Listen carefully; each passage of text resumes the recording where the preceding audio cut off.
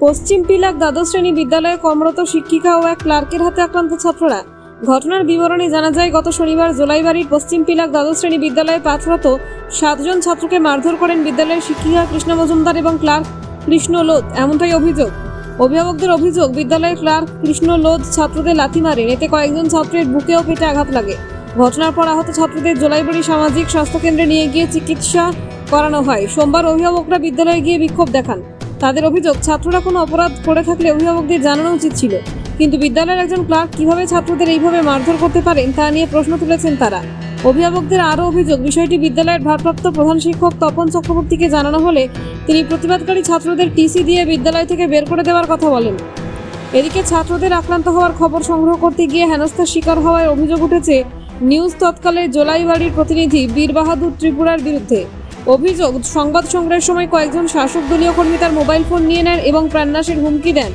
ঘটনার সুষ্ঠু তদন্ত করে দোষীদের বিরুদ্ধে উপযুক্ত ব্যবস্থা নেওয়ার দাবি জানিয়েছেন অভিভাবকরা। তাদের আশঙ্কা, বিদ্যালয়ে ছাত্রদের নিরাপত্তা নিয়ে এমন ঘটনা ঘটতে থাকলে পড়ুয়াদের মধ্যে স্কুলে যাওয়ার বিষয়ে আতঙ্ক তৈরি হতে পারে। এখন দেখার বিষয় এই ঘটনায় রাজ্য সরকার কি পদক্ষেপ নেয়। বিষয়ে তো আমরা সুষ্ঠু বিচার চাই। প্রথম মুখ্যমন্ত্রীর কাছে দৃষ্টি আকর্ষণ করে বলতেছি, আমাদের স্টুডেন্ট গুলো যে স্কুলে আইসা লেখাপড়া হচ্ছে তারা যেভাবে মারছে, আমরা এর প্রতিবাদ চাই, এর সুষ্ঠু বিচার চাই।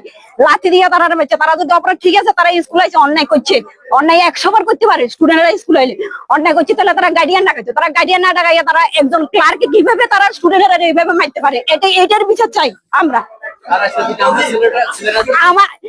এখন আমাদের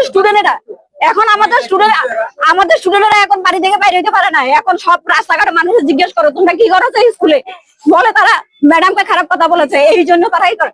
আমাদের স্টুডেন্ট গুলো যদি কিছু হয়, এর লাইব্রেরি কে নেবে? মাস্টার নেবে না অন্য কেউ নেবে?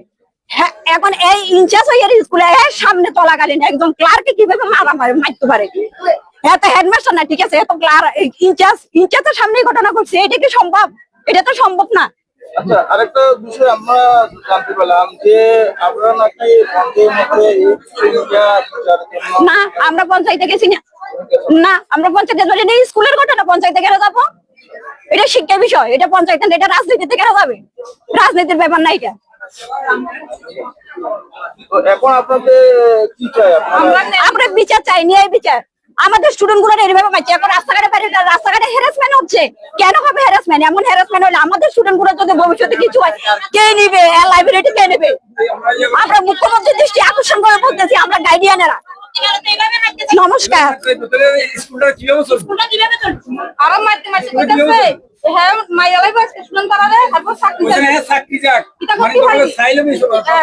কইতে পারে অন্যায় করতে পারে, গার্ডিয়ান ডাকাইয়া কইতো, গার্ডিয়ানেরা কইতো আপনার স্টুডেন্ট গুলো এই অন্যায় করছে, কেন গার্ডিয়ান ডাকাই নাই? গার্ডিয়ান কেন ডাকাই নাই? গার্ডিয়ান না ডাকাইয়া তারা ক্লার্ক দিয়ে ফিরেছে। হ্যাঁ, কি স্কুলের নাকি ডন নাকি? স্কুলে একজন ক্লার্ক এইভাবে ফিরতে পারেনি? কোন নিয়মে আছে? খেতে কি ডন নাকি?